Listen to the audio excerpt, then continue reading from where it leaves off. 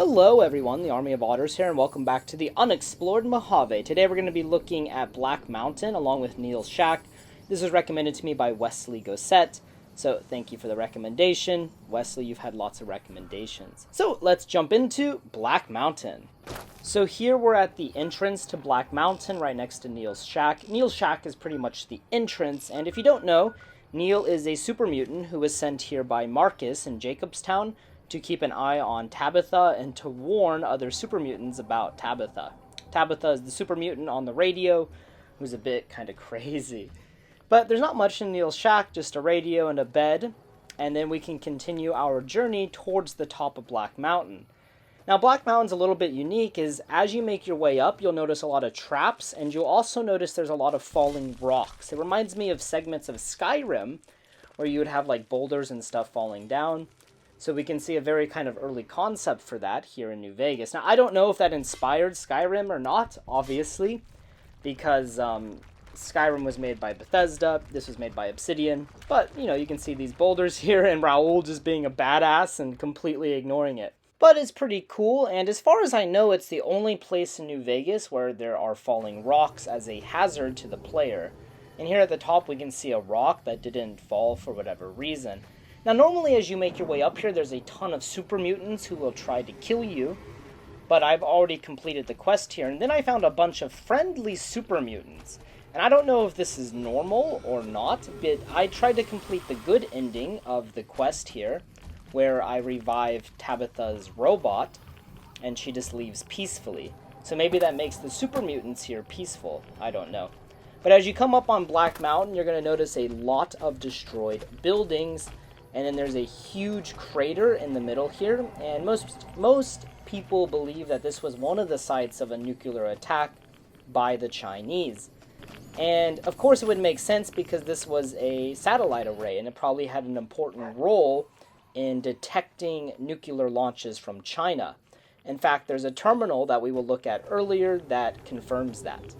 Over here we just have some shacks, not so much inside of here, empty shelves, empty tables. But then on the left side here, we have one of my favorite buildings in New Vegas. I don't know why, I just really like the idea of somebody using this collapsed satellite dish as housing. Right, it provides shelter, shade, and they kind of built up the walls to make it feel more like a house or something. I've always just thought it was a really kind of cool concept. There's also a minigun in this trunk, which might be pretty good if you're a lower level or you don't possess a minigun. Overall, this place has some pretty decent loot. As you can see here, there was a locked chest, and upon opening it, we can get some caps, which is not bad. And then if you complete the quest here with Neil, he'll hang out at the top next to the satellite dish house, and he'll just congratulate you on your job of clearing out Tabitha, and he's also there to warn or talk to other super mutants to let them know what is happening. Something interesting about Black Mountain is you can hear thunder when you're here, but there's never any like lightning or rain or anything, but I just thought it's kind of a cool touch. Up here on this radio tower, you can actually turn it on and off. Also, there's going to be a super mutant up here with a missile launcher. If you come here and kill him, you're going to want to take the missile launcher because it's actually a unique weapon called Annabelle. And here you can see me using the missile launcher, and I've been using it in my playthrough as my main missile launcher, so something to be careful of that you could easily miss if you forget to pick it up. Then if we go inside this building, we can find where Raoul normally is. However, as you can see, I already rescued Raoul, but you can come in here and rescue him, and then he can be your companion. If we use this terminal, you notice there's a toy car next to it. If you read entry number 5, you learn the backstory about this toy car, and now it's a unique car, and it'll say Cuddles Toy Car. Before reading that entry, it's just normal toy car. After reading the entry on the computer, it is Cuddles Toy Car, a unique item in the game technically. So just kind of a cool fact that might be easily missed.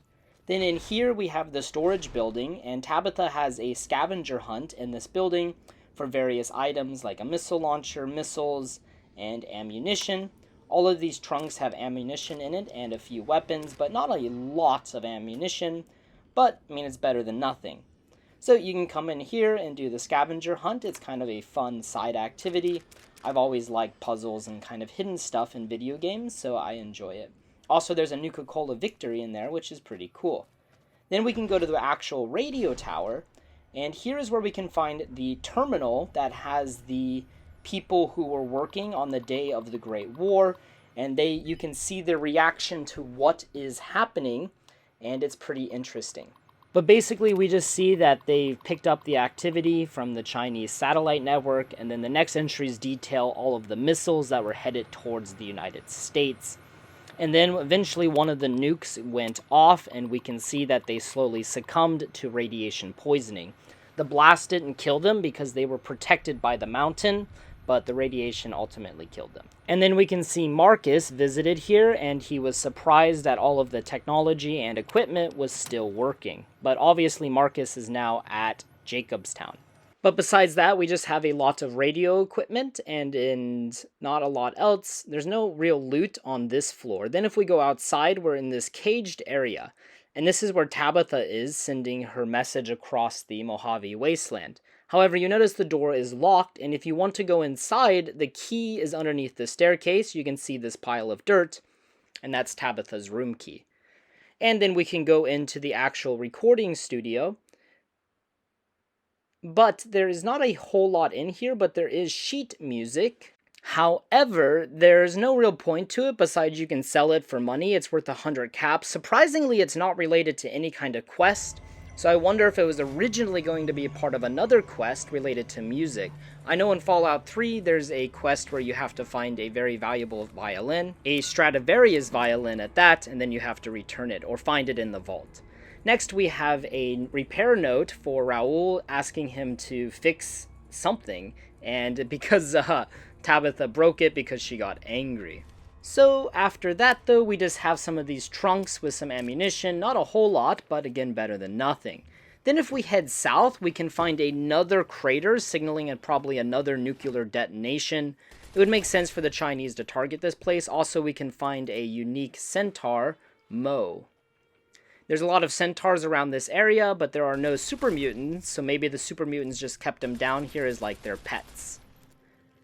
But besides that, there's not a whole lot here. Now, you can find one of the Brotherhood of Steel Paladins in here during the Brotherhood of Steel quest, but he's not here for me because I already completed that quest. Alright guys, thank you so much for watching. I hope you enjoyed this video. If you have any recommendations for the next location, please post them in the comments section below. Until next time.